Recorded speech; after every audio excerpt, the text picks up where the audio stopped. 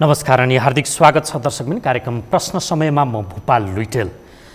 नेपालमा कोरोना भाइरसका संक्रमितहरू बढ्दै गएपछि सरकारले जनस्वास्थ्य सङ्कटकाल लगाउने तयारी गरेका समाचारहरू बाहिरिएका छन्। आजै मात्रै स्वास्थ्य तथा जनसङ्ख्या मन्त्रालयले देशमा स्वास्थ्य सङ्कटकाल लगाउनका लागि मन्त्री परिषदलाई सिफारिस गर्ने प्रस्ताव गरेको छ, अर्थात् उसले निर्णय गरेको छ र यस सम्बन्धीको अन्तिम निर्णय मन्त्री परिषद बैठकले गर्ने सूचनाहरू सार्वजनिक भएका छन्। यसले एकातर्फ प्रधानमन्त्री लकडाउनको स्वरूप परिवर्तनका लागि विज्ञहरूसँग छलफल गरिराख्नु भएको छ भने अर्कोतर्फ स्वास्थ्य सङ्कटकालको विषय बाहिरिए पछाडि यो कन्ट्राडिक्टरी अर्थात् विरोधाभासपूर्ण हुन लागेको भनेर कतिपयले टिप्पणी गरिसकेका छन्। खासमा जनस्वास्थ्य सङ्कटकालको अर्थ के हो? अब थप कडाई, डर र त्रासमा मुलुक पसेको हो, अझ कडाई हुन्छ, या भोलिदेखि लकडाउन उल्लङ्घन गर्दै व्यवसाय नै सञ्चालन गर्ने व्यवसायीहरूले चेतावनी दिइरहँदा यसको अर्थ के हो? जनस्वास्थ्य सङ्कटकालको अर्थ अब के हो? सेना परिचालित हुने, बाहिर मानिसहरू निस्कनै नसक्ने आदि इत्यादि विषय पर्छन् या अरू नै केही यसको प्रयोजन हुन्छ? एक नम्बर यो विषय आजको कार्यक्रममा हामी संवाद गर्नेछौँ। दोस्रो विषय, स्वास्थ्य कर्मीहरू बिरामीको उपचारकै क्रममा कुटिन थालेका छन् अस्पतालहरूमै र त्यसकारण अस्पतालका सेवाहरू प्रभावित हुन थालेका छन्। नेपाल मेडिकल कलेज जोरपाटीको सेवा यति बेला बन्द छ, त्यहाँ हडताल सुरु भएको छ र स्वास्थ्य उपचारको सबै काम ठप्प भएपछि सेवाग्राहीहरू अर्थात् बिरामीहरू मर्कामा परेका छन्। मेडिकल इथिक्सले स्वास्थ्य सेवा नै ठप्प पार्न दिन्छ कि दिन्न, यो विषय पनि आजको कार्यक्रममा हामी कुराकानी गर्नेछौँ। तेस्रो विषय, आवश्यक स्वास्थ्य सावधानी स्वास्थ्य कर्मीहरूलाई उपलब्ध गराइएको छैन, त्यसकारण स्वास्थ्य कर्मीहरू इमर्जेन्सी बाहेक उपचार गर्नु पर्यो भने मानिसहरूलाई तत्काल अपरेसन गर्न नसक्ने, बरु पोस्टपोन गरेर पठाउन पनि थालिसकेको अवस्था छ। ट्रमा सेन्टरमै पनि यो प्रकरण देखिएको छ। यसको अर्थ उनीहरूलाई आवश्यक स्वास्थ्य सामग्री दिएर उपचार गर्नुपर्ने हो वा बिरामीको उपचारका लागि PCR रिपोर्ट ले भनेर शर्त चिकित्सकहरूले राख्ने हो। यो विषय के हो? यसको पनि छिनोफानो आजको कार्यक्रममा हुनेछ। अर्कोतर्फ मेडिकल शिक्षाका लागि, अध्ययनका लागि विदेश गएका नेपाली नागरिकहरू कोरोना भाइरसको सङ्क्रमण पछाडि नेपाल फर्किएका छन्। अध्ययन पुरा नहुँदै उनीहरूले इन्टर्नसिप गर्न पाउनु पर्यो भनेर यति बेला दबाब नेपाल मेडिकल काउन्सिललाई दिइरहेका समाचारहरू पनि आएका छन्। अब त्यो व्यवस्थापन कसरी गर्ने? जसको कोर्स पुरा भएको छैन उनीहरूलाई इन्टर्नसिप दिन मिल्छ कि मिल्दैन, त्यो सम्भावना छ कि छैन? फेरि फर्केर पढ्न पठाउने वातावरण पनि छैन। यो अवस्थालाई कसरी व्यवस्थापन गर्ने?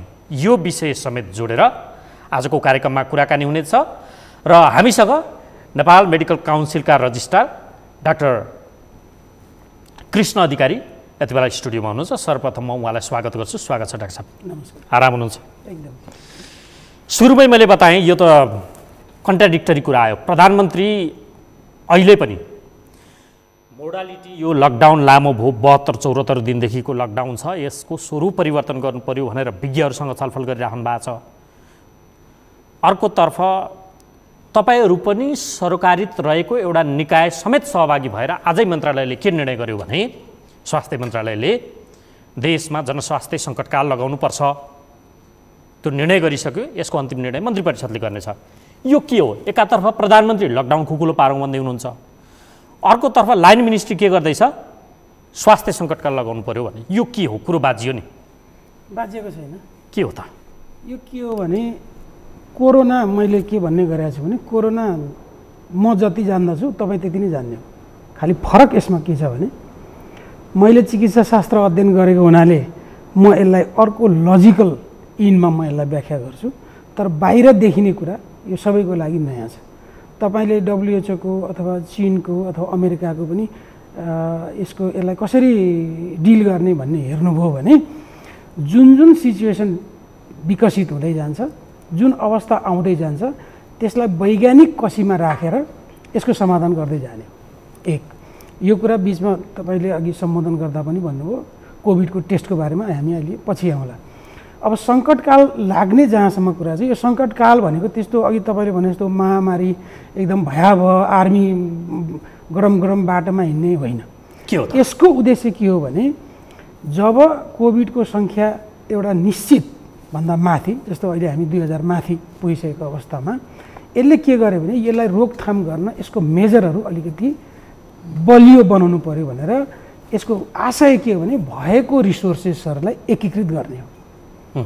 जस्तो अहिले के छ, सबै मन्त्रालयहरू सक्रिय छन्, सबै विभागहरू आफ्नो काम गरिरहेछन्। अब यो सङ्कटकाल भनेको अब देशको प्रशासनिक आर्थिक केन्द्र र त्यसको नेतृत्व स्वास्थ्य मन्त्रालयले लिन्छ। सबै कुराको लजिस्टिकदेखि लिएर किनभने अहिले यसको उद्देश्य के हो भने यो लजिस्टिक छरिनु हुँदैन, यसका डिसिजनहरू केन्द्रीकृत हुनुपर्छ भन्ने आशय हो। अब यो कसरी जान्छ भन्दा यसरी नै ठ्याक्कै भन्न सकिन्छ। कार्यकारी प्रमुखले के गर्नुहुन्छ त्यसमा? त यो प्रधानमन्त्री कार्यालयको अधिकार पनि त्यता जाने भयो? यसको अर्थ गएन के हो त? यसको लिडरसिप त्यता जाने भयो। जस्तो यस्तो मान्नुहोस्, स्वास्थ्य कर्मचारीको नेतृत्व ओभरअलमा स्वास्थ्य सचिवले गर्ने। अब स्वास्थ्य मन्त्रीले भनौँ, स्वास्थ्य मन्त्री सचिव भनेपछि यसलाई एक ठाउँमा, यसलाई के बुझ्नु भने रिसोर्सलाई एलोकेट गर्न। स्वास्थ्य मन्त्रालयको डिसिजन अब अल्टिमेट डिसिजन हुन्छ भयो भने कि निर्णय भएको छैन? निर्णय त स्वास्थ्य मन्त्रालयले गर्यो त आज, अब अन्तिम निर्णय त मन्त्री परिषदले गर्छ भलै। स्वास्थ्य मन्त्रालयले गरेको निर्णयलाई चाहिँ अहिले हामी सिफारिसको रूपमा लियौँ।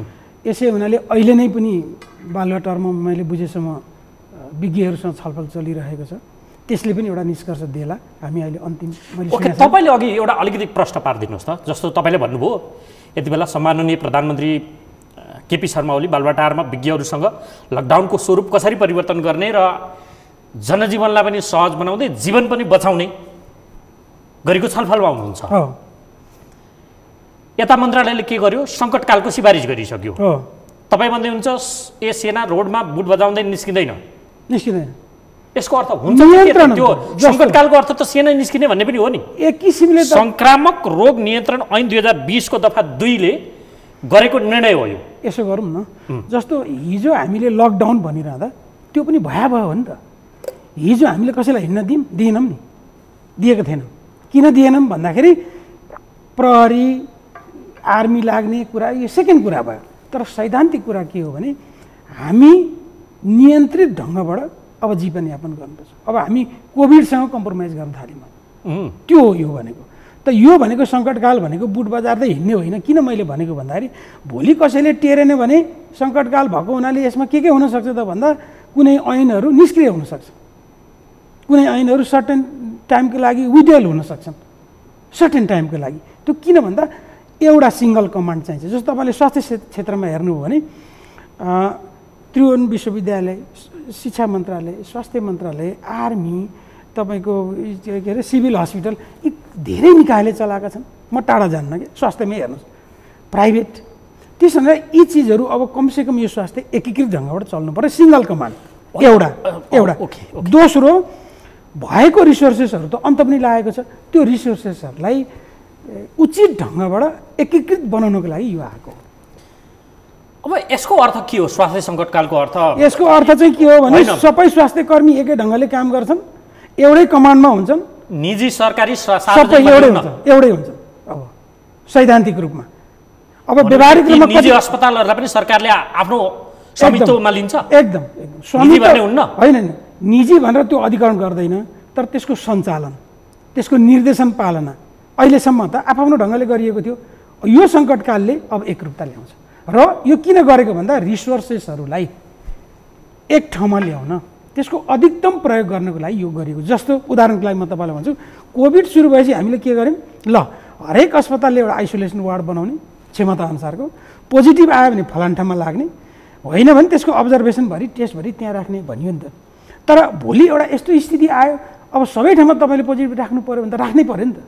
त्यसो हुनाले अब को कोभिडवाला को नो कोभिडवाला दिन त आउँदैछ, यो बढ्दै गयो भने। त्यसो हुनाले यो रिसोर्सेसहरू विशेष गरी स्वास्थ्य क्षेत्रको रिसोर्सेसलाई एकीकृत गर्नको लागि यो सबै चिज एक ठाउँमा ल्याउनलाई यो व्यवस्था छ।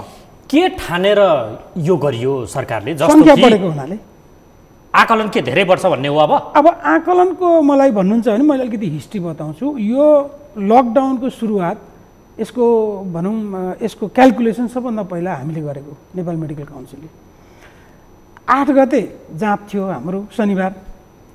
हामीले सोमबार विज्ञहरूलाई बोलायौँ, सोमबार मङ्गलबार मैले बिर्सेँ, बोलायौँ र के भन्यौँ भने यो के हो क्यालकुलेसन? एकातिर एसएलसीको जाँच लिने भनिरहनु भएको छ मन्त्रीज्यू, सेड्युल सबै तयार भइसक्यो, त्यतिखेर त एकदम रेडी नै थियो, बिहिबारदेखि जाँच थियो। भनिसकेपछि हामीले एउटा चाहिँ प्रोजेक्सन गऱ्यौँ, त्यो बी नट भन्छ एउटा भ्यालु, त्यो भ्यालु गर्दाखेरि हामीले के भन्यौँ भने यदि हामीले टाइममा लकडाउन गऱ्यौँ भने हाम्रो कमसेकम पनि 600-700 मानिसको मृत्यु हुनसक्छ। तर गरिएन भने यो इट कुड बी 25,000, 26,000 कति मैले सङ्ख्यामा भन्नु जरुरी छैन, 26,000 को सङ्ख्यामा पुग्छ भने हाम्रो त्यतिखेरको मृत्यु त्यति यस मृत्यु नै त्यतिखेर यो के को आधारमा? यो चैतको 7-8 गतेकै कुरा हो के को आधारमा? वुहानमा भएको आधारमा, युरोपमा मान्छेको मृत्यु भएको आधारमा हामीले त्यो आकलन गरेपछि हामीले यो कुरा सम्बन्धित निकायमा हामीले सेयर गर्यौँ। त्यतिखेरसम्म त बाहिर अलि बढिसकेको थियो। एकचोटि फेरि है, जस्तो तपाईँहरूले चैतको नेपाल मेडिकल काउन्सिल भनौँ, चैतको पहिलो हप्ता यदि लकडाउन गरिएन भने 25-26,000 मानिसको मृत्यु हुन सक्थ्यो भन्ने आकलन थियो। एकदम त्यो क्यालकुलेसन गरेर यो डेटा हामीले लगिसकेपछि कुरा गरिसकेपछि सरकारले यसलाई मनन गर्यो। त्यस पछाडि एसएलसीको जाँच त अघिल्लो दिन रोकेको, तपाईँलाई थाहा छ नि, नभए त सबै जाँचै सुरु थियो। अब डाक्टरहरूले जाँच लिएनन्, शनिबार हुने जहाँ 1200 डाक्टर थिए, जम्मा 3 घन्टाको जाँच थियो लाइसेन्स भनेपछि। कुरो के हो भने यो एउटा सन्देश पनि थियो कि चिकित्सकहरूको जाँच जम्मा 3 घन्टाको छ, त्यो पनि 1 दिन ऊ चाहिँ रोक्छु भन्छ। त देशभरि हुने 8-10 दिन हुने जाँच चाहिँ लाखौँ 5 लाख 7 लाख मान्छे हुनेको चाहिँ जाँच हुन्छ भनेपछि यो झन् भयावह हुन्छ भन्ने हामीले आकलन गरेको के को आधारमा? तथ्याङ्कको आधारमा र त्यो क्यालकुलेसनको आधारमा। र हामीले न्यूनतम 500 मानिसको मृत्यु हुन्छ कोभिडले हामीले नियन्त्रण गर्दा गर्दै भन्ने कुरा थियो। अब म अर्को कथा जोड्छु। भनेको 500 चाहिँ नियन्त्रण गर्दा गर्दै पनि नेपालमा हुन्छ भने त्यतिखेरको क्यालकुलेसन। अहिलेको क्यालकुलेसन के हो त? अहिलेको क्यालकुलेसन झन्डै त्यही हो। मैले यो खालि हिस्ट्री किन सुनाएको भने यो कहाँ गएर यो तलमाथि पऱ्यो म सुनाउँदैछु। त्यस पछाडि के भयो? लकडाउन एकदम इफेक्टिभ भयो नेपालमा, हेर्नुहोस्, त्यो सबैलाई धन्यवाद छ। लकडाउन इफेक्टिभ भएपछि हामी अलिअलि फुर्क्यौँ पनि। जस्तो तपाईँ हेर्नुहोस्, श्रीलङ्कासँग कम्पेयर गर्दा, इन्डियासँग कम्पेयर गर्दा जहाँ कम्पेयर गर्दा नेपालमा मान्छे मरेको छैन। अनि हामीले के भन्न थाल्यौँ? हामी त बुझ्नु भयो लसुन खाएर, बिसिजी लाएर, होइन, हामी त यस्ता पाहाडमा मसला खाएर भन्न थाल्यौँ। अनि हामी पनि अलि रिल्याक्स भयौँ कि जस्तो लाग्यो। अनि के भयो त्यस पछाडि? बोर्डर चाहिँ अलिअलि आउँदै अब उता भारतले पनि मान्छे त हुरुरु पठाइहाल्यो। त्यसो हुनाले यदि त्यो लकडाउन नियन्त्रण भएको भए, जुन ढङ्गमा सुरुदेखि थियो, अहिले यो अवस्था आउँदैन थियो। तर यो कसैलाई गाली गर्ने काम छैन। ओके डाक्टर साहब, मैले यहाँ सोधेको एउटा स्टेक होल्डर तपाईँहरू पनि हो जसले सुरुमै प्रिभेन्टिभ मेथड प्रेडिक्ट गर्नुभयो, क्यालकुलेसन गर्नुभयो। आजको दिनको क्यालकुलेसन के हो? किनकि स्वास्थ्य सङ्कटकालको अवस्थामा सरकार पुग्नुको अर्थ कति जति सङ्क्रमितको आकलन हो, कतिको मृत्यु हुन सक्ने आकलनका साथ यो भयो। त्यही भएर म प्रायः के भन्न सक्छु भने यो चाहिँ जानकारी उस्तै हो। यो चाहिँ हामीले हिसाब गर्ने फर्मुलाहरू छन्। त्यही त के फर्मुलाका आधारमा यो हुँदैछ म भन्दैछु। यसको क्लाइमेक्स बिन्दु कहिलेसम्म पुग्छ नेपालमा? इन्फेक्टेड पिपुल कति हुन सक्छन्, मोर्टालिटी कति हुन सक्छ नेपालको, आदि इत्यादि बताउनुहोस् त। यो त्यसकारण किनकि यो त अब स्वास्थ्य सङ्कटकालमै छिर्नुको अर्थ के न के पक्कै पनि प्रिडिक्ट गरेर यो भएको छ। के हो त तपाईँहरूको क्यालकुलेसन यो बताउनु। अब यो धेरै क्यालकुलेसनतिर अहिले जाँदाखेरि यो अलि धेरै टेक्निकल भनौँ न, धेरै तथापि केही न केही त तपाईँहरूको म आउँदैछु। यो धेरै प्राविधिक हुन्छ। अनि यो क्यालकुलेसनहरू मैले अघि त्यस कारणले भने कि हामीसँग भएको सूचना झन्डै उस्तै छ। मैले किन भनेको भने हामी बिचमा पनि थुप्रै वैज्ञानिकहरू छौँ हामी, होइन, हाम्रा हिसाब गर्ने तरिकाहरू छन्, होइन, यसको एजम्सन गर्दाखेरि ठ्याक्क यसरी हुन्छ भन्दा यो विषय विवादित हुनसक्छ। त्यो बितेको विषय यसरी सुरु भयो भन्नलाई मलाई अलिक सजिलो भयो। एक दोस्रो के हो भने हामीले कसरी क्यालकुलेट गर्ने भने जस्तो एउटा रोग लागिसकेपछि कति दिनसम्म त्यसले सार्छ, कति दिनमा निको हुन्छ, कति दिनमा देखिन्छ, हेर्नुहोस् है। अनि एउटा लागेको मान्छेले कतिजनासम्मलाई सार्न सक्छ, फेरि छोडियो भने, नियन्त्रण गरियो भने कतिवटामा सीमित हुन्छ भन्ने हिसाब छ। हिसाबको तरिका तपाईँले जुन सोध्नु, त्यसो हुनाले अहिले कोभिडको प्रकार संसारभरि एकै किसिमको नभएको हुनाले क्यालकुलेसनमा अलिकति तलमाथि पर्छ। तर के कुरो चाहिँ बुझ्नु पऱ्यो भने हामीले यदि यसलाई नियन्त्रणमा लिएनौँ भने, चाहे त्यो तपाईँ इमर्जेन्सी लगाएर होस्, लकडाउन लगाएर होस्, अथवा होम क्वारेन्टाइन होस्, अथवा कन्फाइनमेन्टमा राखेर यदि यो गरिएन भने यो भयावह हुन्छ भन्ने मेसेज मात्रै हो। अब सङ्ख्यामा नजानुहोस्, सङ्ख्यामा त अहिले पनि त्यस्तो कुरा गर्दाखेरि के छ भने हामी अझै पनि भाग्यमानी छौँ। जस्तो जुन ढङ्गले जुन सङ्ख्यामा हामी यहाँ सोध्न खोजेको तपाईँ सङ्ख्यामा नजानुहोस् भन्दै हुनुहुन्छ। हो। तयारी हाम्रो कति हजार सङ्ख्याको छ? तयारी त यस्तो छ, तयारी दुई किसिमकोमा गइसक्यौँ हामी। एउटा तयारी भनेको के हो भने हिजो हामीले के गर्यौँ भने शङ्का लागेको मान्छेलाई आइसोलेसनमा राखौँ, क्वारेन्टाइनमा राख्नुहोस् होइन, अनि प्रमाणित भएको मान्छेलाई यता जाउँ भन्नेमा अहिले हाम्रो अनुभव के छ भने कोरोना पोजिटिभ देखिएका मान्छे हामीले सोचे जस्तो बिरामी छैन हेर्नुहोस् है। अब त्यस कारणले म यो सबैको लागि नयाँ हो भन्छु। अब हामी के भन्न थाल्यौँ भने यदि कोरोना पोजिटिभ छ र उसलाई ट्र्याकिङ गर्ने व्यवस्था गरिन्छ भने जसरी टिबीको बिरामीलाई हामी एउटा डट्स भन्ने छ क्या, directly observe treatment short course भन्ने छ, भनेपछि एउटा परिवारको सदस्यले उसको जिम्मा लिन्छ कि यो मान्छे कतै हिँड्दैन, यो मान्छेको ट्रेकिङ हुन्छ, यसलाई कोठामा बस्छ भनेपछि बरु बिरामी भयो सामान्य भने सिटामोल ती खाएर बस्छ भन्नेमा गयौँ हामी। त्यसले गर्दाखेरि अब के हुने भयो भन्दा अब चाहिँ हामी इभ्याकुएट गर्दैछौँ अबको चरणमा। अब तपाईँले प्लानिङ सोध्नुभयो भने त्यस कारण हामीसँग सीमित स्रोत साधन छ। अब यो गीत नगाम जे छ, तर मैले अहिले तपाईँलाई सोधेको नि हेल्थ इमर्जेन्सीको विषय हच्चामा आयो, त्यसो भए आएन।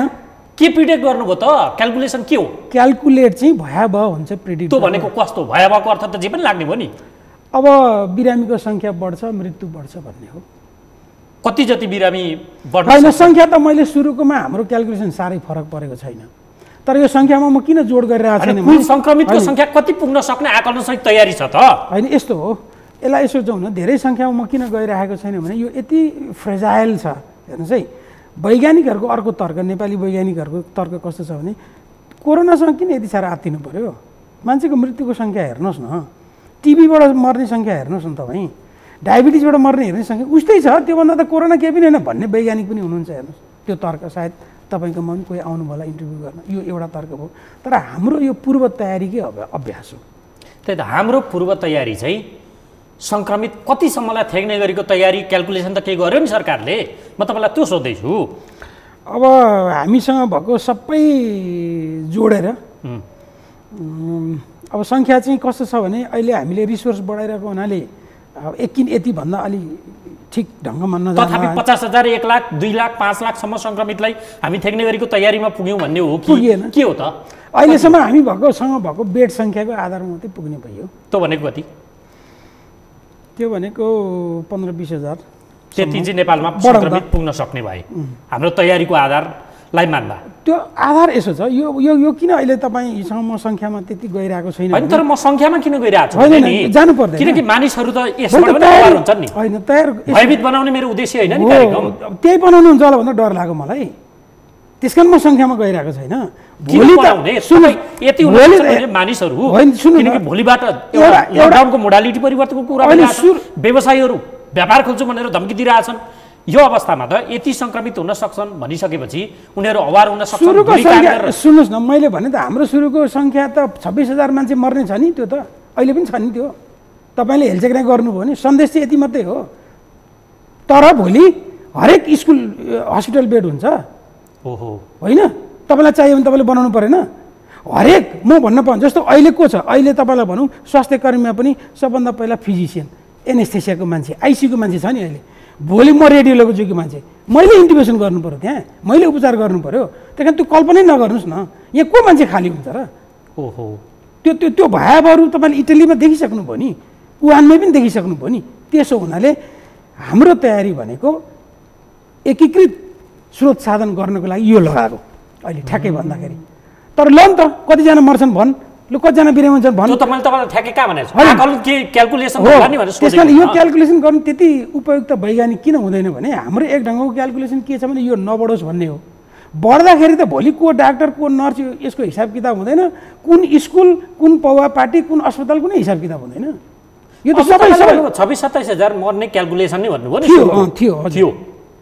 आजको दिनमा 600-700 भन्नुभएको छ तपाईँले अघि। होइन, कन्ट्रोल हुँदा 600-700 मर्छन् भन्ने हाम्रो त्यतिखेरको क्यालकुलेसन हो हाम्रो। त्यस कारणले अब 600-700 मर्नु चाहिँ नर्मलै हो भने चाहिँ होइन नि, फेरि त्यस्तो अर्थ लाग्छ। त्यस कारण म बोल्न नखोजेको कारण के हो भने मैले विगतको कुरा मात्रै किन भनिरहेको छ भने हाम्रो काम भनेको सूचना दिने हो। सुन्नुहोस् है, तपाईँको काम पनि त्यही हो, तर सनसनी फैलाउने होइन, भयावह बनाउने होइन, किन कोरोनासँग हामी बाँच्ने हो। त्यसै हुनाले अब सङ्ख्यामा धेरै कुरा नगरौँ। ल, लकडाउन लगाइयो, फुर्क्यौँ पनि भन्नुभयो अघि। हो, 2.5 महिनादेखि मानिसको जीवन त कष्टकर छ एकदम। इकोनोमी ध्वस्त छ एकदम। सरकार फेरि कर तिर भनेर एउटा सीमा राखिराखेको छ, जसको व्यापार छैन त्यसले कसरी कर तिर्छ, त्यो अर्को पाटो भयो। क्यालकुलेसन पनि तपाईँले बताइराख्नु भएको छ, विगतको क्यालकुलेसन भले अहिले नगरे पनि त्यति बेलाको क्यालकुलेसन त यस्तो भएको हुनाले डेन्जर थियो रहेछ। डेन्जर थियो, त्यो क्यालकुलेसन त डेन्जरै थियो रहेछ।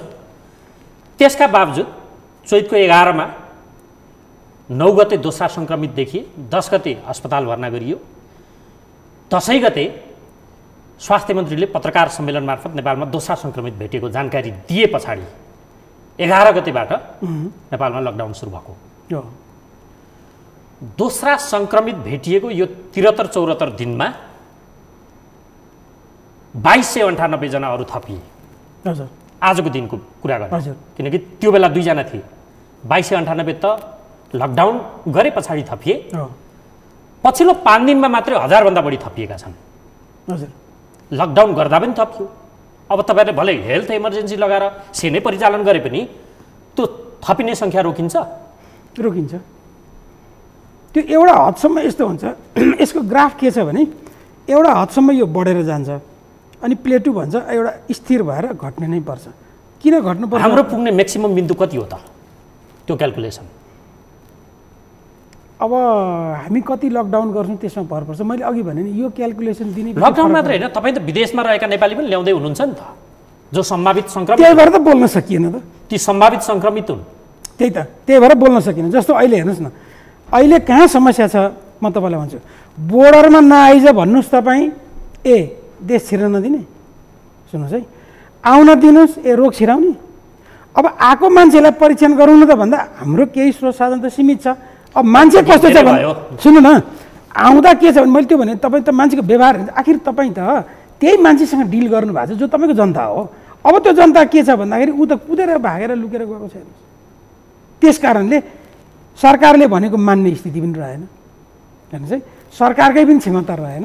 र अर्को कुरा के भने यो एकरूपता पनि भएको छैन। अर्को पनि म बताउँछु, यो यो यो इमर्जेन्सीको फाइदा के हुन्छ भने अहिले 3 तहको सरकारले आफ्नो ढङ्गले परिचालन गर्ने, रिसोर्सेसहरू डिभाइड गर्ने यो काम भइरहेछ। यो पनि एकीकृत गर्नु, सेन्ट्रल कमान्ड हुनु जरुरी छ। त्यस कारणले यो इमर्जेन्सी जरुरी छ अहिले। त्यस कारणले यो चाहिँ भयावह नहोस् भनेर ल्याएको कुरा भयो। त्यस कारण अब यसलाई चाहिँ रोक्न सकियो, यो यसैमा सीमित हुन्छ, यो धेरै बढ्दैन। जस्तो सुरुको अवस्थामा त हामी धेरै बढेका थिएनौँ नि। तर अब के हुन्छ भने जब कम्युनिटीमा यो बढेको विषय त जब भारतबाट मानिसहरू आउन थाले त्यसपछि बढेको देखियो। हो त हो। जब तपाईँ त्यसो मुलुकबाट नेपाली ल्याउँदै हुन्छ त्यसपछि नबढ्ला भन्न सकिएन। त्यही त भनेको त, त्यही भएर त इमर्जेन्सी लागेको त। अब मानिस आउन रोकिने हुन्न त्यसको अर्थ? ती मान्छेलाई अब ल्याउनु भनेको जोखिम बढाउनु हो, यसमा त सिधा छ नि कुरा। तर सेनालाई जिम्मा दिइसकिएको छ व्यवस्थापनको। काठमाडौँमा अब ल्याउनु पर्ने एउटा बाध्यता छ नि, एउटा बाध्यता छ। हुन त त्यो मेरो विषय होइन, तैपनि ल्याउनु पर्ने बाध्यता भइसकेपछि एउटा बिरामी भएर एउटा अस्पताल आइसकेपछि तपाईँले म्यानेजमेन्ट त गर्नु पऱ्यो। त्यो म्यानेजमेन्टको एउटा तयारीको एउटा पार्ट हो। भोलि यो नियन्त्रण हुँदै जाँदा यो इमर्जेन्सी सधैँ लाग्छ र लाग्दैन नि। हेल्थ इमर्जेन्सी भनेको त यो त सर्टेन पिरियडको लागि हो नि। एक खालको इमर्जेन्सी त अहिले नै छ। अहिले पनि त सामान्य मान्छे कहाँ उपचार गराउन पाएको छ? हामीलाई डर के छ भने सामान्य तपाईँ ठ्याक्कै ठाउँमा आउनुभयो नि। अहिले पनि सामान्य मानिसले कहाँ उपचार गर्न पाएको छ? तपाईँ एउटा अस्पतालको सञ्चालक पनि हो। हजुर, तपाईँ नेपाल मेडिकल काउन्सिलको रेजिस्ट्रार पनि हो। ती अस्पताल र डाक्टरलाई रेगुलेट गर्ने निकाय पनि हो। सामान्य मानिसलाई उपचार गर्नका लागि कोभिड-19 परीक्षण गरेको रिपोर्ट चाहिने हो। यस्तो छ, अपरेसन गर्नु पर्यो, जोखिम बढी भयो भने त्यो एउटा चिकित्सकले सुरक्षित हुनको लागि, किनभने चिकित्सक स्वास्थ्यकर्मी चाहिँ ऊ सबभन्दा ठुलो सरुवा हो क्या, फेरि सोर्स ऊ भयो भने त बिरामी हुँदा परिवारलाई मात्रै सार्ला, उसले त गाउँ नै सार्ने हो नि। त्यसो हुनाले यो बिरामी सुरक्षित छ कि छैन, यसलाई उपचार गर्न सुरक्षित छ कि छैन भन्ने आधारमा त्यो टेस्ट प्रायः जसो अपरेसन गर्दाखेरि मागिने गरेका छ। अनि डाक्टर साहब यो कस्तो खालको शर्त? तर सबैलाई होइन होइन, यो कस्तो खालको शर्त? जो बिरामी आफै बिरामी भएर प्रताडित भएर हस्पिटल धाएको छ त्यसलाई फेरि कोभिडको टेस्ट गरेर रिपोर्ट लिएर आइज, इमर्जेन्सीमा लागु अर्कोतिर होइन, अर्कोतिर त्यसलाई फेरि भौताराउने, इमर्जेन्सी पीडामाथि पीडा, यो भएन? होइन, इमर्जेन्सीमा यो लागु हुँदैन। अब सबै अस्पतालले यसो गरेनन्, त्यो तपसिलको विषय हो। तर म सरकारी अस्पताल ट्रमा सेन्टरले यो गरिरहेको होइन, म सरकारीकै कुरा गर्छु। जस्तो पहिला राम्रोबाट जाउँ है त, किनभने अब सबै नराम्रो कुरा गर्नु पनि हुँदैन। जस्तो पाटन हस्पिटलमा एउटा बिरामीको लक्षण छैन, कन्ट्याक्ट हिस्ट्री छैन भने उसलाई टेस्ट पनि हुँदैन, ऊ नर्मल कोर्समा जान्छ। त्यही मान्छे सुन्नुहोस् है, त्यही मान्छे अर्को अस्पतालमा जाँदा नपर्ने हो नि त, होइन मलाई चाहियो भन्दाखेरि होइन किन गराउँछस् भन्नु नसकिने स्थिति छ। एक बुदा नम्बर 1 हेर्नुहोस् है समस्या। किन्तु रिस्क कसले आकलन गर्छ त भन्दा चिकित्सकले गर्छ भनेको छौँ हामीले, उही नै हो डिसाइड गर्ने। र उसले यदि फिल गरे यो मान्छेको टेस्ट चाहिन्छ भन्यो भने किन गराइस् भन्ने स्थिति हाम्रो छैन। जस्तो अर्को डाक्टरले भनिसक्दा पिसिआर परीक्षण पनि हुन्छ, हुनै पर्यो नि। अर्को सम्भावना देख्नुहुन्छ तपाईँ डाक्टर साहब? कस्तो यो त अचम्मको निर्णय भएन? नेपाल मेडिकल काउन्सिलमा यसलाई ठिक भनिरहेछ। नेपाल मेडिकल काउन्सिलले निर्देशिका जारी गरेको छ। अहिले हामीले निर्देशिकामा अलिकति के परिवर्तन गरेका छौँ भने हिजो चाहिँ हामीले एउटा ज्वरो आएको, सास बढ्ने, कन्ट्याक्ट हिस्ट्री भएको वा थियो।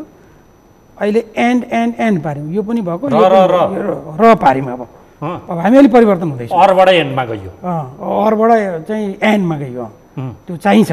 यति भएकोलाई चाहिँ हामी एउटा ट्र्याकमा लैजाउँ, नभएकोलाई अर्को ट्र्याकमा लैजाउँ भनेर हामी सूचना जारी गरिरहेको छौँ। तर के संवेदनशीलता के बुझिदिनु पर्यो साथीहरूले पनि भने कि एउटा चिकित्सक एउटा नर्स जुन जोखिममा बसेर काम गरिरहेको छ नि उसको डर पनि हेरिदिनु पर्यो। त्यो त मानियो डाक्टर साहब, मेरो राज्य जो चिकित्सकलाई आवश्यक पर्ने स्वास्थ्य सावधानीका उपकरणहरू दिन सक्दैन, पिपी लगायतका सामग्री, त्यो नदिए बापत कोही बिरामी अस्पताल धाउँछ र त्यसलाई थप पीडा दिने काम अस्पतालबाट हुन्छ। यो सही छ?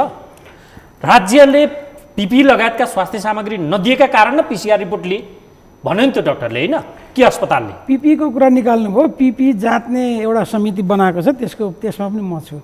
नेपालमा के रहेछ भने यो मास्क ठिक छ कि छैन भने जाँच्ने मेसिन छैन हामी कहाँ। सुन्नुहोस् कुरा, रियालिटी पनि बुझ्नुहोस् क्या। यो मास्क छ नि, यहाँ लेखेको छ, के लेखेको छ, यो के 95 लेखेको छ होइन, N95 होइन, के अरे KN95 हो क्या अरे, KN95। KN95 ठिक छ कि छैन भने यो छाप्यो, मैले पत्याएँ क्या सर, यो जाँच्ने मसँग छैन, सिधा कुरो छ। त्यसको मेसिन मगाउँदैछौँ हामी अहिले। यो पोरोसिटी भन्छ, यो पानी छिर्छ कि छिर्दैन, हावा छिर्छ कि छैन भन्ने विभिन्न जाँच छन्। अब के गर्यौँ त हामीले भन्दा अहिले हामीले के भन्यौँ भने अहिले सबै चिकित्सकहरू वैज्ञानिक हुन्, किनभने उसले यो चिज त अहिले मात्रै लगाएको होइन। हिजो हामीले एचआइभी लागेको मान्छे नि दबाई गरेकै हो, हेपाटाइटिस लागेको नि दबाई गरेकै हो, होइन अपरेसन गरेकै हो, त्यतिखेर पनि सुरक्षा कवच लगाएकै हो। तर यो अलिक भिन्न ढङ्गको भएको हुनाले उपलब्ध साधन सोधिए छ, त्यो प्रयोग गर्ने मान्छे कन्भिन्सिङ हुनु पर्यो भन्नेतिर गयौँ। अब हाम्रो कम्प्रोमाइज एउटा यो छापलाई विश्वास गरियो, दैव जानुहोस् होइन, यो ल्याउने मान्छेले जानुहोस्। त्यसो हुनाले के बुझ्नु पर्यो, भएको स्रोत साधनलाई हामीले प्रयोग गरेको हुनाले चिकित्सकहरूले निर्णय गर्ने अधिकार राख्छन्। जस्तो कुनै चिकित्सकलाई यो मानिस लागेको हुनसक्छ भने शङ्का लाग्यो भने जबरजस्ती तैँले उपचार गर्नुपर्छ भन्ने स्थितिमा हामी छैनौँ। त्यस कारण हामीले के भन्यौँ भने संस्थाले सुरक्षा सामग्री उपलब्ध गराउनुपर्छ, चिकित्सकले डिसाइड गर्नुपर्छ भन्ने कुरा निर्देशिका हामीले जारी गर्यौँ। तर यो समान रूपमा किन लाग्न सक्दैन भने यो this is the charm of medicine भन्छु कि म। मेडिसिनको चार्म के हो भने तपाईँलाई र मलाई टाइफाइड लाग्यो भने बराबर ज्वरो आउँदैन। डाक्टर साहब मैले सोधेको विषय बरालियो के स्केप भयो? स्केप भएन। मैले के सोधेको भने स्वास्थ्य कर्मी जो आफू ढुक्क एस्योर भएर बिरामीको उपचार गर्न नसक्ने अवस्थामा भएका कारण पिसिआरको रिपोर्ट मागिरहेछ हो। यदि उसलाई सुरक्षा कवच दिएको थियो भने त जो बिरामी प्रताडित भएर अस्पताल पुगिरहेछ फेरि त्यसलाई त पिसिआरमा जा, पिसिआर गर्न जाँदा पनि ऊ फेरि सासौँदो छ भने त्यही तपाईँ स्वाब दिँदै जोखिम बढ्ने सम्भावना अर्को होला। यो भौतारी आउने काम, दुःख दिने काम भएन भने मैले त यो सोधेको। राज्यको अभावको पीडा जनताले भोग्ने होइन। आम रूपमा तपाईँले हेर्दाखेरि एउटा मान्छे आयो अनि त्यसको उपचार गरियो, अपरेसन गरियो भन्ने बुझिएला, तर त्यस्तो हुँदैन नि। कस्तो हुन्छ भने अपरेसन गरिसकेपछि कुन वार्डमा राख्ने, पोस्ट अपरेटिभ वार्डमा नि छुट्टै राख्ने कि सँगै राख्ने, किनभने अस्पतालमा त लम्तान देख्नु भएको छ नि त मान्छे, जेनरल वार्डमा राख्ने कि आइसोलेसनमा राख्ने, यो त त्यतिमा सकिँदैन। त्यस कारणले बाहिरबाट हेर्दाखेरि मलाई टेस्ट गरायो उपचार गर्न मानेन भन्न पनि पाइन्छ होला, त्यसो गरे पनि होला होइन, यता कता भयो। छैन होइन, तर रियालिटी के हो भने एउटा मान्छे आइसकेपछि ऊ चाहिँ आउने बित्तिकै अनि चट्टा आयो एकदम किला झिकेछु सट्ट झिकेर घर जाने होइन। त्यसमा अथोरिटी बडीको हिसाबले तपाईँले यो जे गरियो ठिक गरियो भने ठिक गरियो नि, सुरक्षा हुनु परेन। त्यो स्वास्थ्य कर्मीको सुरक्षा चाहिँदैन। उसले म सुरक्षित हुनलाई तिम्रो टेस्ट गर, मलाई सुरक्षा। राज्यले सिर्जना गराएको अभाव अथवा राज्यले व्यवस्थापन सुन्नु गर्न न, राज्य नसकेको भनेको के हो? राज्यले अथवा सरकारले व्यवस्थापन गरिदिन नसकेको समस्या चाहिँ त्यो रोगीलाई दिने भने के होइन, सुन्नु यो न। सोध्दैछु डाक्टर साहब। राज्य भनेको को हो? राज्य तपाईँ हो, म हो, बिरामी हो, सबै राज्य हो। ए बाबा मैले सुन्नु। पिपी दिन सक्छु कसरी म कसले? हो? तपाईँ सक्नुहुन्न त अर्कोले सक्छ नि त, तपाईँ जस्तै जनताले उसले बनाउन सक्छ नि त, नभए मैले कसरी ल्याएँ? त्यस कारणले राज्य सबै यो सङ्कटको बेलामा भएको स्रोत साधन सरकारले लुकाएर पोको पारेर राखेको भए यो एउटा कुरा हुन्थ्यो। भए जति कुरा त अहिले स्थानीय रूपमा प्रयोग उपलब्ध भइरहेका छन्, उत्पादन गरिरहनु भएको छ, साथीहरूले कति प्रयास गर्नुपर्छ। त्यो के अरे पानी छर्किने मेसिन बनाउनु भयो, पिपिई बनाउनु भयो, कसैले रेनकोटले काम चलाउनु भयो, त्यो दुःख देख्नु भएको छ तपाईँले? स्वास्थ्य कर्मीले अहिले थोरै यो छाप लागेको पिपिई लगाएको छैन नि, त्यो एप्रिसिएट गरौँ। अब अहिले एउटा टेस्ट गराउन माग गऱ्यो भने ठिक छ, यो टेस्टको पिसिआर के पनि छोडिदिनु, यो ठिक हो भन्ने ठाउँमा लाछाप नि अब लाछाप मेडिकल काउन्सिलले लगाइसकेछ, लगाइसकेछ। तपाईँले त्यही त अहिले होइन, लाछाप पक्ष लिइसक्नुभयो। पक्ष त किन लिनु पर्यो भने, किन लाछाप होइन भने यसको एउटा गाइडलाइन छ र एउटा चिकित्सकले त्यो भन्ने अधिकार राख्छ। किनभने इन्डिभिजुअल पेसेन्ट, मैले भने इन्डिभिजुअल पेसेन्टमा जसरी त्यो भन्ने तर इमर्जेन्सी पर्यो, सुन्नुहोस् है फेरि मैले बाँकी थियो त्यो भन्ने उसले आवाज राख्ने ठाउँ पाउँछ। आफ्नो मौलिक अधिकार खोसिएको आवाज पनि त पिपुलले राख्न सक्छ कि मौलिक अधिकार भन्ने एबनर्मल सिचुएसनमा हुन्न। स्वास्थ्य जाँच गर्ने, उपचार गर्ने कम्प्रोमाइज हुन्छ। यस, कम्प्रोमाइज जस्तो अहिले सामान्य बिरामी के गरिरहेको होला अहिले सोध्दै हुन्थ्यो नि त। त्यही कम्प्रोमाइजको उपज हो आजको दिनमा। कम्प्रोमाइज होइन होइन, त्यही कम्प्रोमाइजको उपज हो आजको दिनमा अस्पतालले हडताल गरेर उपचारै नगराउनु। होइन, त्यो अर्को विषय छ, त्यस्तातिर अहिले आउँला होइन। तर कम्प्रोमाइज त्यहाँ हुँदैन। कम्प्रोमाइज केमा हुन्छ भने स्रोत साधनमा कम्प्रोमाइज हुन्छ। जस्तो लकडाउन भएपछि त्यसै कम्प्रोमाइज भयो होइन, स्वास्थ्य कर्मी जान पाएन त्यसै कम्प्रोमाइज भयो, साधन छैन त्यसै कम्प्रोमाइज भयो। यी कम्प्रोमाइज त थुप्रो छन् नि। तर के चाहिँ होइन भने यो धेरै रुवाबासी गर्ने विषय होइन मात्रै भनेको मैले। हो चाहिँ के भने रोगी त बिचरा उसलाई सामान्य लाग्छ, रोगीको बकाइदा उपचार भएको छ, कसैले रोगीको उपचार गरेको छैन, डिस्कार्ड गर्यो भने हामी कहाँ आउँ, त्यो जिम्मा म लिन्छु र हामीले कारबाही गरिरहेका छौँ। हामी कहाँ उजुरी परिरहेको छ। तर के चाहिँ होइन भने अस्पतालले हडताल गरेर डाक्टरहरू त बन्द गरेर सेवा नदिकन नेपाल मेडिकल कलेजमा सुन्नु न, एक ठाउँमा एउटा कुनै घटना घटेको कारणलाई जेनरलाइज गर्न मिल्दैन। यो बुझिदिनु पर्यो। र यदि त्यस्तो घटना भएको छ र हामीसँग आउँछ भने हामी त्यसलाई कारबाही गर्छौँ, गरेका छौँ, हिजो पनि गरेका थियौँ, अहिले पनि गरिन्छ। तर यसको अर्थ साथसाथै के हो भने स्वास्थ्य कर्मीको सुरक्षाको विषय हामी नजरअन्दाज त गर्दैनौँ। एउटा कुरा यो बिचमा तपाईँहरूको क्षेत्राधिकारभित्र स्वास्थ्य कर्मीको सुरक्षाको विषय पर्छ कि रेगुलेट गर्ने विषय पर्छ? रेगुलेट गर्ने विषय पर्छ। अब यो सुन्नुहोस्, अब तपाईँले कुरा निकाल्नुभयो। अब अहिले के भइरहेछ भने 5वटा व्यावसायिक काउन्सिल छन्, 5वटा होइन, जसले फार्मेसी, नर्सिङ, आयुर्वेद, स्वास्थ्य कर्मी र डाक्टर हेर्ने 5वटा छन्। यो 5वटाले अस्पताल हेर्न पाउँदैन। अनि हामीले यो इमर्जेन्सी लागेपछि त्योभन्दा अगाडि एउटा के हामीले सुरुवात गऱ्यौँ भने अन्तर काउन्सिल समन्वय समिति हामीले बनायौँ आफ्नै पहलमा, मन्त्रालयसँग अनुमति माग्यौँ र यसमा तपाईँले स्वास्थ्य मन्त्रालय र डिडिए औषधि व्यवस्थापिका थप्नुभयो भने त्यो अलिक पूर्ण हुन्छ। किनभने त्यहाँ अस्पताल हेर्ने पनि भयो, दबाई हेर्ने पनि भयो र व्यवसाय हेर्ने पनि भयो भनेर हामी नेपाल मेडिकल कलेजमै पनि एउटा घटना हुँदा हामी गयौँ। अस्तिको कोभिडमा उपचार कसरी छ, हब हस्पिटलले के गरेछ, यो पनि हामी सबै civil hospital, Patan hospital, army hospital, हामी सबै ठाउँमा गयौँ। यो हेरेर हामीले रिपोर्ट बुझाएको। किन यो संयुक्त गरियो भने चाहिँ कम्प्लिट हुन्छ। तर तपाईँले मलाई मेडिकल काउन्सिल मात्रै भन्नुभयो भने चिकित्सकले गरेको उपचार अथवा उसको आचरणसँग मात्रै म सम्बन्धित हुन्छु। मैले अस्पतालमा किन यो बेड भयो, किन यो साँगुरो भयो भन्न पाउँदिनँ। त्यस कारणले यसलाई एकीकृत रूपमा जानुपर्छ भनेर अहिले एकछिन त्यो अहिले नीतिमा परेको छ। नीति तथा कार्यक्रममा यसलाई एपेक्स बढी बनाउने, यसलाई एकीकृत बनाउने, यो हामीलाई सुपरभिजन गर्न गाह्रो हो भन्ने चाहिँ महसुस भएको छ। तपाईँले ठिकै कुरा उठाइदिनु। रेगुलेट गर्ने निकाय हो भने नेपाल मेडिकल कलेजमा त हडताल छ। हजुर, त्यो रेगुलेट गर्नु पर्दैन कि? हडताल अब अहिले चाहिँ उहाँहरूले एउटा खास ढङ्गको प्रोटेस्ट गर्नुभएको छ, त्यसको लागि मन्त्रालयमा वार्ता पनि थियो। म त्यही ठाउँबाट उठेर आउँदैछु। अब त्यहाँ के भयो भने एकजना बिरामीको आफन्तले अब कुनै आवेगमा आएर एकजना स्वास्थ्य कर्मी चिकित्सकलाई हातपात गरेको विषय छ। त्यो विषयमा होइन, सुन्नु न, पुलिस मुख दर्शक होइन, हातपात गरेको विषय आयो। तर अब अर्को चाहिँ के छ भने त्यो हातपात गर्ने मान्छे अहिले क्रियामा बस्नुभएको छ भन्ने पनि कुरा आएको हुनाले यो चिजलाई चाहिँ त्यहाँको स्थानीय निकाय मन्त्रालयहरूले क्लोजली वाच गरिराखेकै छ, कारबाहीको दायरामा आउँछ भन्ने छ। तर के भयो भने एक किसिमको त्रास त भयो नि। होइन, त्यसलाई जसको आफन्तको मृत्यु भयो ऊ क्रियामा बसेको छ, सामान्यतः हस्पिटल लगिन्छ मानिस बचाउनकै लागि हो। क्रियामा बसेको मानिसलाई पनि अब जेल हाल्ने के गर्नु? त्यस्तो भनिएन नि त, त्यस्तो भनिएन। यहाँ त पक्ष दुईवटा छ नि त। जस्तो स्वास्थ्यकर्मीले म असुरक्षित भएँ, मलाई कुट्यो, ऐया आफू त गर्न पाउँछ होला नि त। होइन डाक्टर साहब, तपाईँ त रेगुलेट गर्ने निकायको दृष्टिकोणले म तपाईँलाई सोध्दैछु। मैले बुझेँ। रेगुलेट गर्ने निकाय तपाईँ हो भने त्यो अस्पताल किन बन्द छ? त्यहाँका चिकित्सकहरूले किन चाहिँ सेवा दिइरहेको छैनन्? यो कहिलेबाट सुरु हुन्छ? यो त जवाब तपाईँ दिनु पर्यो। होइन, सेवा त पुरै बन्द छैन। हडताल छ त, हडताल छ त, पुरै त बन्द छैन नि त। होइन, अहिले त्यहाँ गएका बिरामीले उपचार पाइरहेछन्, तपाईँ यो सुरु गर्न सक्नुहुन्छ? अहिले इमर्जेन्सी हाम्रो फोन लाइन ओपन गरौँ। होइन, ठिक छ, यो कुरो डिक्लियर त भइहाल्छ नि। अहिले इमर्जेन्सी बन्द छ त, त्यहाँ छैन नि त। उपचार भएको छ त, त्यो चाहिँ सुरु गर्न सक्नुहुन्छ? रेगुलर उपचारमा बाधा पुगेको छ, त्यसको लागि यो रेगुलर गर्नुपर्छ भनेर हामी पहल गरि पनि रहेका छौँ। तर के हुन्छ भने यो अहिले नौलो चिज पनि होइन, आज मात्रै भएको हो र यो। त्यही त अथोरिटी बडी तपाईँहरू हो। अथोरिटी बडीको नि एउटा समय सीमा छ, एउटा चाहिँ अधिकारको कुरा छ। अब त्यो मान्छेलाई मैले पक्रिने हो र होइन नि त? मान्छे पक्रिने, अस्पतालको सेवा बन्दोबस्त सुचारू गराउने त, ताकेता गर्ने, त्यो सञ्चालनमा ल्याउने त जिम्मा त तपाईँको होला। त्यो चाहिँ गरिरहेको छौँ।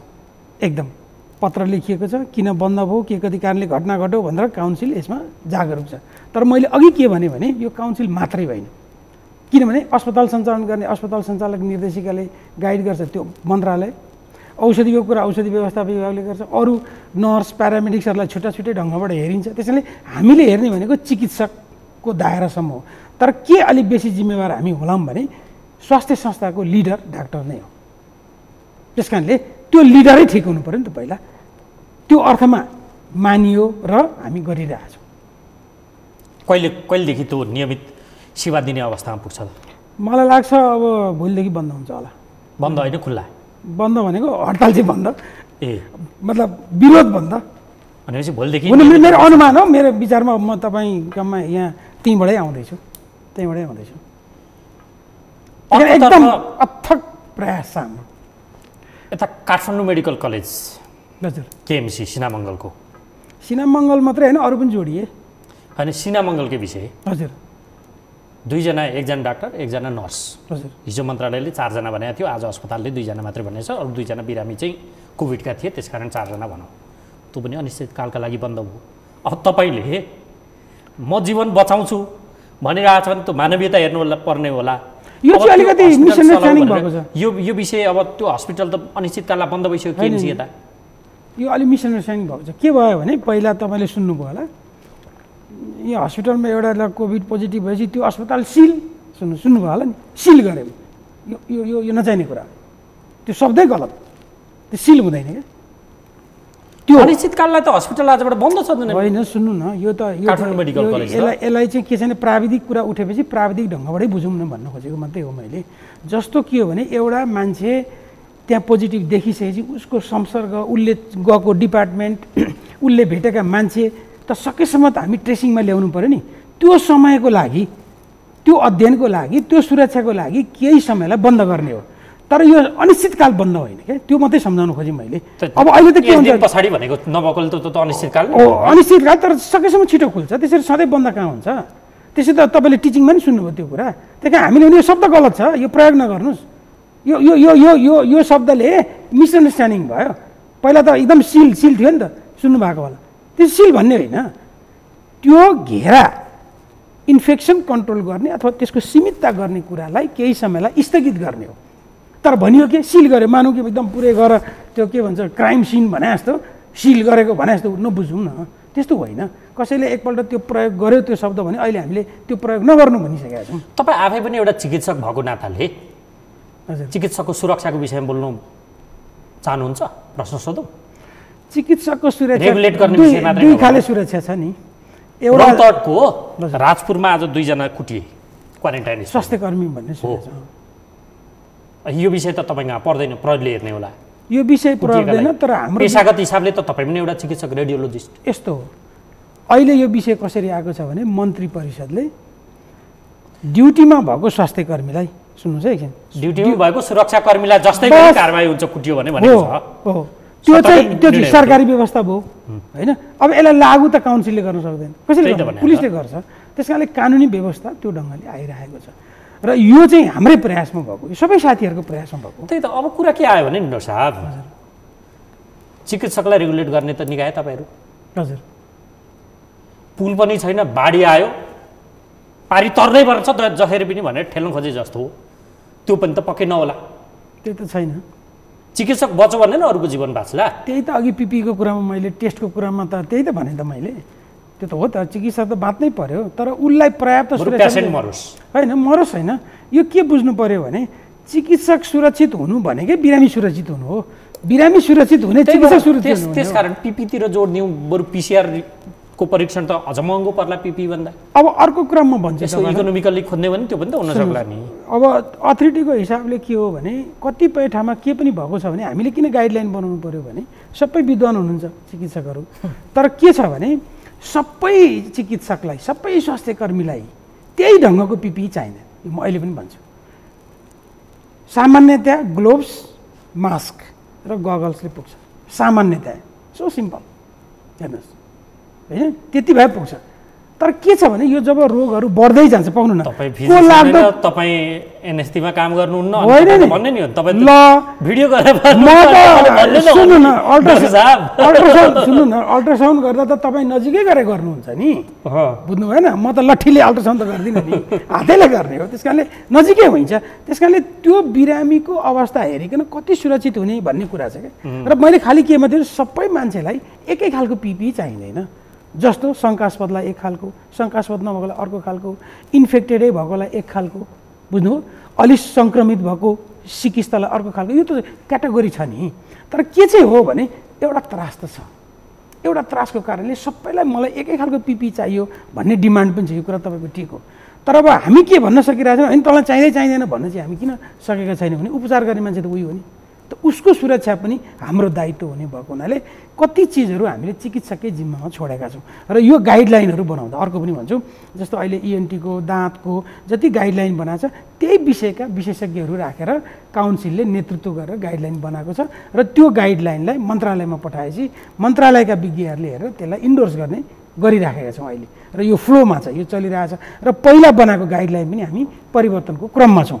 त्यस कारणले मैले अघि भने यो कोभिड के गर्दा हुन्छ भन्ने कुरामा, परिस्थितिजन्य कुरामा पनि हामी आएको छ। तपाईँलाई म अर्को इन्ट्रेस्टिङ कुरा सुन्छु, अमेरिकाले क्राइटेरिया चेन्ज गर्यो यो सकिएपछि, कसले लाउने भनेर, कसले कुन लाउने भनेर।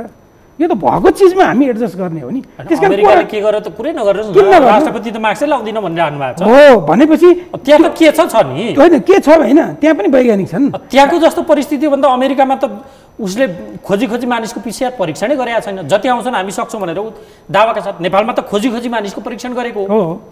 मैले भनेको क्राइटेरियाको कुरा परिवर्तन हुन्छ भन्ने सन्दर्भमा मैले तिनलाई जोडेको, राष्ट्रपतिलाई जोडे होइन। मैले जोडेको के भने अहिले क्राइटेरिया कसले के लाउने अहिले कुरा निकाल्नु पनि, त्यो कारणले मैले यो कुरा जोडेको मात्र। डाक्टर साहब, अब लकडाउनका कारण, कोरोनाका त्रासका कारण मानिसको जीवन अब भन्दा पनि अर्थतन्त्र ठुलो भन्नेतर्फ पनि व्यापारीहरू पुगिसके। उनीहरूले दिएको चेतावनी र धम्की कार्यान्वयन यदि हुने हो भने भोलि 11 बजेबाट पसलहरू खुल्नेवाला छन्। हजुर, खुल्नेवाला छन्। अघि तपाईँले दिएको चैतिरको आकलन अनुसारको चेतावनी यस्तै खालको हेलचक्राइ गर्ने पनि त्यो नपुग्ला भन्न पनि नसकिएला फेरि, होइन?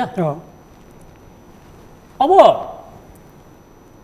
त्यति मात्र छैन, धेरै मानिसहरूको भविष्यको विषय पनि जोडिएको छ यो होला। पढाइ छैन, पढ्न गएका डक्टर भएर आउँछौँ भन्ने कार्यक्रम फर्किएका छन्। जोखिम बढेपछि चीनबाट तपाईँहरूले पनि ल्याएको, सरकारले ल्यायो, विभिन्न मुलुकबाट आइरहेकै परिस्थिति छ। ती मानिसले कोर्स पनि सकेका छैनन्। यहाँ इन्टर्नसिप गर्न दिनु पर्यो भनेर तपाईँलाई दबाब दिएको भन्ने सुनिएको छ। लगानी भइसक्यो, पैसा पनि खर्च भएको छ, अब फर्केर गएर कोर्स कम्प्लिट गर्न सक्ने उनीहरूको परिबन्धमा फँसेका छन्, त्यो पनि छैन। यिनीहरूको व्यवस्थापकीय पाटो कसरी हुन्छ? तिनीहरूलाई इन्टर्नसिप गर्न दिने हो, नदिने? के मलाई तपाईँले यस नम्बर सोधेको हुनाले भनेको, तर अब म आउँदैछु। के गर्ने भन्दा 2008, आज 2020 भयो नि त, 2008 को निर्णय हो यो कि कुनै पनि विद्यार्थी जुन युनिभर्सिटीमा पढ्यो ती आफ्नो पढाइ सकेर आउनुपर्छ, जसमा इन्टर्नसिप पनि पर्छ। अनि पाउनु डाक्टर साहब एकैछिन यहाँ तपाईँलाई सोधेँ, तपाईँले 2008 को सिचुएसन होइन 2008 को सिचुएसन र त्यो त नर्मल अवस्थाको विषय होला नि त यी सबै। थिएन, हामी त्यो 2008 ल्याउनलाई 4 वर्ष सङ्घर्ष गरे हो। मन्त्रालयमा कति घेराउ भयो, कति चाहिँ मतलब झमेला भयो, त त्यसको के हिसाब किताब छ र? नर्मल अवस्थाको त्यतिखेर नर्मल थिएन, त्यतिखेर रोक्दाखेरि पनि नर्मल थिएन ठ्याक्कै भन्ने हो भने। त्यही भएर काउन्सिलले के गर्यो भने, मैले किन भने काउन्सिलले अस्ति आइतबार पूर्व अध्यक्ष, पूर्व उपाध्यक्ष, संस्थानहरूका डिन, सबै प्रतिष्ठानका डिनलाई बोलाएर यो के हो, यो यसरी माग आइरहेछ, यो हुने हो कि नहुने हो भनेर उहाँहरूसँग काउन्सिलले ओपिनियन लिएको हो। ओपिनियन लिँदा धेरै जसोको कुरा के थियो भने यो क्षमताभन्दा बाहिरको कुरा हो, यो त्यसै बन्द गरेको होइन, किनभने त्यो चाहिँ इन्टर्नसिप गर्ने भनेको कुनै तपाईँलाई त्यो हाजिरी होइन क्या, त्यो सिक्लाइ हो, त्यो बिरामी हेर्नुपर्ने हो। त्यस कारणले यहाँ दिन गाह्रो छ एउटा। दोस्रो, त्यसमा दिने केही छुटहरू, जस्तो के भनेको छ भने वर्षको मतलब एउटा कोर्समा 10% भनेपछि वर्षको 30-35 दिनसम्म बिदाको अवधि है, त्यसलाई केही छुट दिन सकिने भन्ने एक खालको प्रावधान कानुनी रूपमा छ। तर यो 35 दिनले कसैलाई पुग्नेवाला छैन, एक। दोस्रो, तपाईँ आजको नोटिस हो कि हिजोको नोटिस हेर्नुहोस्, चिकित्सा शास्त्र अध्ययन संस्थाले MBBSको विद्यार्थी पास जुन गरेका थिए तिनलाई इन्टर्नसिप सुरु हुनुपर्ने हो। अहिले उसले के नोटिस निकाल्यो भने आइओएमले सबै उसको एफिलिएटेड कलेजलाई कोभिड खुलेको 15 दिनपछि मात्रै इन्टर्नसिप सुरु गर्नु भनेर परिपत्रै गरिसक्यो। कारण के भन्दाखेरि अहिले बिरामी छैनन्, उपचारको राम्रो प्रबन्ध छैन। जस्तो अहिले भनौँ न ENT, दाँत, छाला, आँखा त बन्दै छ क्या, मतलब बन्दै छ क्या। अब सिचुएसन 1, सिचुएसन 2 तपाईँ हेर्नुहोस्, 3 वर्ष कोर्स हुन्छ रेजिडेन्सी विशेषज्ञको, 3 वर्षको जाँच भइवरी 3 महिना भइसक्नु पर्थ्यो। अहिले हाम्रो डाक्टरको 3को जाँच भएको छैन, नयाँको इन्ट्रान्स लिन सकिएको छैन भनेपछि यहाँ देशभित्रकै हेर्नुहोस् न तपाईँ, अब बाहिरको त हामीले सोच्नै भ्याएको छैन। त्यस कारणले अहिलेसम्म दिने व्यवस्था छैन भनिएको मात्रै हो, त्यो भन्दाखेरि दिँदैन भन्ने सुनियो क्या। तर खास के हो भने अहिले उहाँहरूको बारेमा हामीले निर्णय गरेका छैन कि अहिलेसम्म दिन किन सकिँदैन भन्दा अहिलेसम्म नदिने व्यवस्था छ र आफ्नै व्यवस्था गर्न सकेको छैन, एक। र दोस्रो कुरा के हो भने यो जुन पढाइ छुटेको अथवा समस्या परेको यो चीनमा मात्रै होइन, बङ्गलादेशमा मात्रै होइन, संसारभरि हो।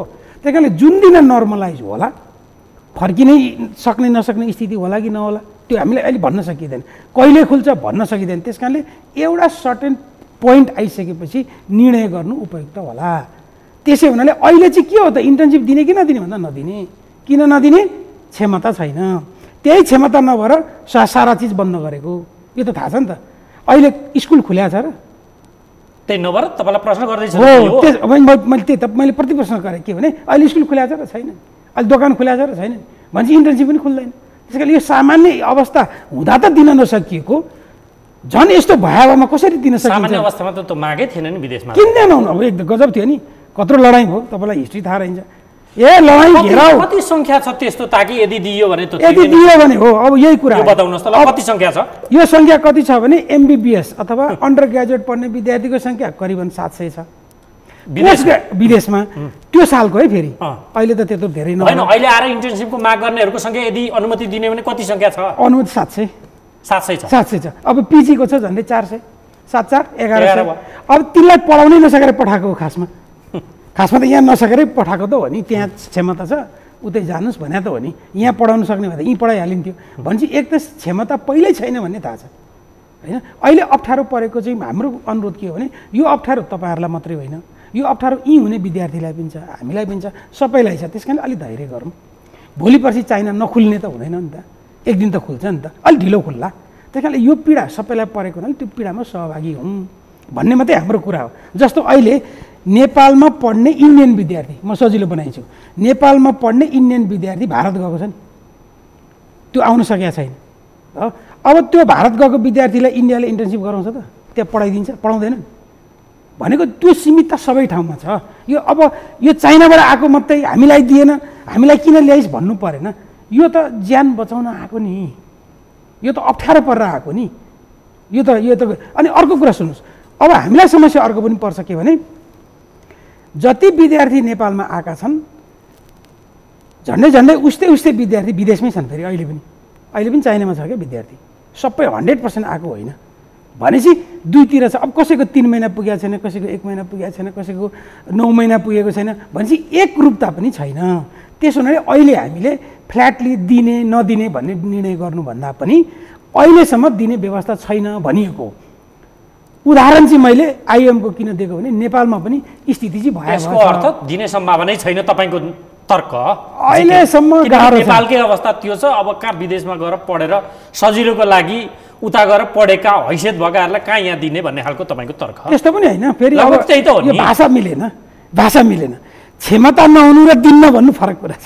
यो त्यसो भने होइन, मैले के भने हाम्रो क्षमताको सीमितता भएको हुनाले अहिले हामी त्यसबारेमा निर्णय गर्न सक्दैनौँ। तर निर्णय नगर्नु भनेको के हो भन्दा नदिनु नै हो। पोस्ट ग्रेजुएट गरेर आएको सङ्ख्या त कम छ, तिनीहरूलाई त्यो 400 हारे होइन। यस्तो छ, उहाँहरूले के भनिरहनु भएको छ नि, होइन हामीलाई अब होइन एउटा कुरा नि डाक्टर एउटा कोभिड जो ती 700 हुन्, 1100 हुन्, 1200 हुन्, डाक्टर त हुन्। पोस्ट ग्रेजुएट गर्ने त डाक्टर त्यही त हुन् नि, त्यो भनेको 400 को सङ्ख्या छ। अर्थात् अरू पनि अब ती 700 पनि पछाडि भविष्यका सबै आएका छैनन्, कति उतै होला भविष्यका डाक्टरै हुन्। तिनले आएर सेवा दिने त उहीँ बसेर सेवा दिने होइन, नेपालमा आएर सेवा दिन्छ भोलि पर्सि। त्यही त अहिलेको सेवा त वैध हुँदैन नि त, त्यो त तपाईँ पनि लिनुहुन्न नि कि लिने, त्यो त हुँदैन। अस्पतालहरूले त अब ओजेटीमा काम लगाएको काम गराएको मानिसहरूले त ए यो ओजेटी हो, यो इन्टर्नसिप हो कहाँ भन्छ, कसैले त छन्। त्यस्तो हुँदैन, त्यस्तो गरिँदैन, त्यस्तो त्यो त झेली काम हो। जसको जे क्षमता जे हो त्यो गर्ने। जस्तो अहिले उहाँहरू भोलिन्टियर काममा लाग्नुहोस्, सहयोग गर्नुहोस्, यो त कसैले रोकेको छैन नि, होइन। तर अब लाइसेन्स लिम, हामीलाई इन्टर्नसिप गरिदिउँ भनेपछि इट्स टु टेक्निकल, होइन। त्यहाँ शिक्षक हुन्छ, त्यहाँ विषय हुन्छ, त्यहाँ बिरामी हुन्छ, यी सबै मिल्दा नै इन्टर्नसिप हुने हो। त्यसो हुनाले यो विषय त्यस्तो सुनिएको हो। हामीले नाइ नास्ति भन्नै परेन, अहिलेसम्मको व्यवस्थामा नदिनेछ त्यो कुरा मात्रै मैले भनेको हो। किनभने दिने भन्ने निर्णय नभएका दिनसम्म नदिने नै हो नि त। त्यही कारण सुन्दा मात्रै त्यस्तो परेको हो। तर यो पुरै नेगेटिभ, होइन, कहाँ हुन्छ तिमीहरूलाई, यो हुँदै हुँदैन, छिची दूर दूर गरेको होइन। खालि मैले के उदाहरण भनेको भने नेपालकै अवस्था यस्तो दुरावस्था छ। नेपालकै विद्यार्थीहरू इन्टर्नसिप गर्न सकेका छैन। अस्ति इन्टर्न गरिरहेका विद्यार्थीलाई काठमाडौँ युनिभर्सिटीले 1 महिनासम्म सबैलाई माइनस गर्यो। अहिले पनि काठमाडौँ युनिभर्सिटी टियुका चाहिँ डेन्टल कलेजहरू खुलेका छैनन् पूर्ण रूपमा, किनभने त्यो एरोसोल भन्छ नि, त्यो दाँत सफा गर्दाखेरि चाहिँ अझ धेरै सर्छ क्या। भनेपछि करिब करिब बन्दैछ इमर्जेन्सी बाहेक भन्नाले हामीसँग त्यो क्षमता रहेन अहिले तत्काल छैन। हजुर हजुर, नर्मल अवस्थामै पनि नेपालकै व्यवस्थापनमा चुनौती थियो। अब अहिले त झन् अप्ठ्यारो भयो। अन्त्यमा अब है हजुर 2.5 महिनादेखि त लकडाउन छ। हजुर, सामान्य जीवन छैन। हजुर, हामी नै कार्यक्षेत्रमा आउँदा त पौँठेजोरी खोज्दै आउनु परेको अवस्था हुन्छ कहिलेकाहीँ। हजुर, अर्थात् मानिसहरूको जीवन असामान्य तवरले गुज्रिरहेको छ सारमा भन्दा। हजुर, वीरगञ्जतिर सोमबार व्यापार व्यवसाय चलाउनु पर्यो भनेर प्रदर्शनै भयो। जोरपाटीतिर हिजो अस्ति तपाईँले देख्नुभयो। भोलिबाट त पसलै खोल्छौँ भनेर चेतावनी पनि दिइरहेछन्। अब यहाँ दुई खालको पोइन्ट अफ भ्यूबाट यति बेला लजिकहरू आइरहेको छ। हजुर, तपाईँहरू जस्तै एक खालका चिकित्सकले हिजो अस्ति हाम्रै कार्यक्रममा के भनिराख्नु भएको छ भने संसारमा रुगाखोकीबाट यति मानिसहरू मरिरहेछन्, यो एउटा फ्लू नै जस्तो हो, यस्तो गरिराख्नु कहाँ जरुरी छ र? अरू मृत्युबाट नेपालमा अथवा विश्वमा मर्नेको एकपटक मृत्युदर हेर्नुहोस् त, हुनुहुन्छ भन्ने खालको उहाँहरूको तर्क छ एक खालको। अर्को खालको हैट भयावह, यो त सकिन्छ नै, सकेसम्म घरबाट बाहिर ननिस्क्यौँ, यो सम्मको तर्क। अर्थात् त्यहाँ दुईतर्फ आफैमा कन्ट्राडिक्टरी छ यो कुरा। सरकार फेरि जतिसक्दो आफ्नो नागरिक बचाउने तर्फै कसरत गरिरहेको छ, त्यो दायित्व पनि हो। सरकार छक्क परिरहेछ भन्छु म त। अब तपाईँको फिडब्याक के त? यी मानिसहरू व्यवसाय गर्न पाउनु पर्यो पनि भनिरहेछन्, अर्कोतर्फ सरकारले ऐजिराखेको छ फेरि खबरदार यो मितिसँग पैसा तिर भनिसक्यो कर, त्यसले पनि उनीहरू आतिर अब पसल खोल्नेतिर लागेका हुन सक्लान्। यो के हो त? एकातर्फ स्वास्थ्य सङ्कटकाल, अर्कोतर्फ राजस्व तिर भनेको छ। हुन त यो अथोरिटी तपाईँ होइन जवाब दिने, तथापि एउटा गभर्मेन्टको तपाईँ पनि एउटा प्रतिनिधित्व हो, तपाईँ विज्ञ पनि हो। उपयुक्त चाहिँ के हो? लकडाउनमै बस्नु जरुरी छ कि ती व्यवसायलाई यसलाई यसरी अर्थात् हाम्रो आदत चेन्ज गरेर अब दूरी कायम गरेर मैले चाहिँ अब आफ्नो भ्यू कसरी बनाइरहेको छु अहिले भने यो लकडाउन चाहिँ के हदसम्म खुल्नुपर्छ भन्ने हो। जब कि अहिले इमर्जेन्सीतिर लाग्दैछौँ नि फेरि हामी भन्नाले अब हाम्रै बोली पनि बेला बेलामा फेरिएको छ। तर हो चाहिँ के भने इन्फेक्सन, यो खालको रोगको इन्फेक्सन बढ्दै जाँदा हाम्रो इम्युनिटी पनि बढ्दै गर्छ। हेर्नुहोस् है, हामी त एक्सपोज हुन्छौँ, रोग पो लागेन त। जस्तो कोरोना पोजिटिभ छ तर रोग नलागेको त देखिहाल्नु भयो। त्यस कारणले त्यो स्थिति आइसकेपछि बिस्तारै यो साम्य हुन्छ नै। त्यस कारणले हामीले के भनेका थियौँ भने अब सीमित रूपमा क्या, जस्तो काठमाडौँ मात्रै खोल्नु, पोखरा मात्रै खोल्नु भन्ने यसको अर्को अल्टरनेट हो। तर समस्या कहाँ हुन्छ भने तपाईँले काठमाडौँ मात्रै खोल्नु भन्नुभयो, विराटनगर मात्रै खोल्नु भन्नु चाहिँ यो आर्थिक रूपमा एउटा सम्भव कुरा हो, यो गर्नु पनि पर्छ। जस्तो किसानहरूलाई खोल्ने, तर समस्या के हुन्छ भने तपाईँले यो खोल्न थालिसकेपछि थाम्न कति सकिन्छ, कुरा त्यो पनि छ नि। दुई खालको कुरा आयो नि, दुधारे आएन एकदमै आएन। गर्ने के त ठ्याक्कै तपाईँ गर्ने अहिले खास मलाई भन्नुहुन्छ भने मेरो चाहिँ सल्लाह के छ भने कन्फाइनमेन्ट राखेर क्षेत्रगत रूपमा खोल्नुपर्छ, नभयाभा हुन्छ। तपाईँले ठिकै भन्नु, किन गतिविधिका 27वटा जिल्ला चाहिँ सीमा क्षेत्र चाहिँ पूर्णतया त्यो पनि नभन्छ, जिल्ला पनि भन्दिनँ म त जिल्ला पनि भन्दिनँ। जस्तो काठमाडौँ भ्याली जिल्ला नभन्नुहोस्, के हो त काठमाडौँ भ्यालीको सबैभन्दा धेरै जनघनत्व छ हो, ठिक। तर यतिमा सीमित गर्नु न, आइजाइ गर्न नदिनु, त्यस्तै धुलीखेललाई आइजाइ गर्न नदिनु, विराटनगरलाई मानिसलाई घर पठाइयो र त समस्या छ त। त्यही भएर त रोक्न सकिँदैन त। मुखले भन्न त सहिलो छ नि, यो त थ्योरी कुरा भयो नि। त्यही कारण सक्ने हो भने आर्थिक गतिविधि रोक्न हुँदैन भनेको मैले। कसरी रोक्न हुँदैन, त्यो सीमित घेराभित्र त्यसलाई छोड्नुपर्छ, त्यो खुल्नुपर्छ। कति दिन बन्द गर्नुहुन्छ? त्यस कारणले कोरोनासँग बाँच्नुपर्छ भन्छु म त। भनेको मानिसहरूको ट्राभल रोक्नु पर्यो, बस कन्ट्याक्ट रोक्नुहोस्, ट्राभल रोक्नुहोस्, भए जति सुरक्षा जे भनेका छन् हामीले जानेका ज्ञान त्यो सबै प्रयोग गर्नुहोस्। तर गतिविधि त गर्नु पऱ्यो नि। कति दिन तपाईँ बन्द गर्नुहुन्छ? 1 दिन होइन, 2 दिन होइन। त्यस कारणले कोरोनासँग बाँच्ने हो, हेर्नुहोस् सिधासिधी कुरो छ यसमा।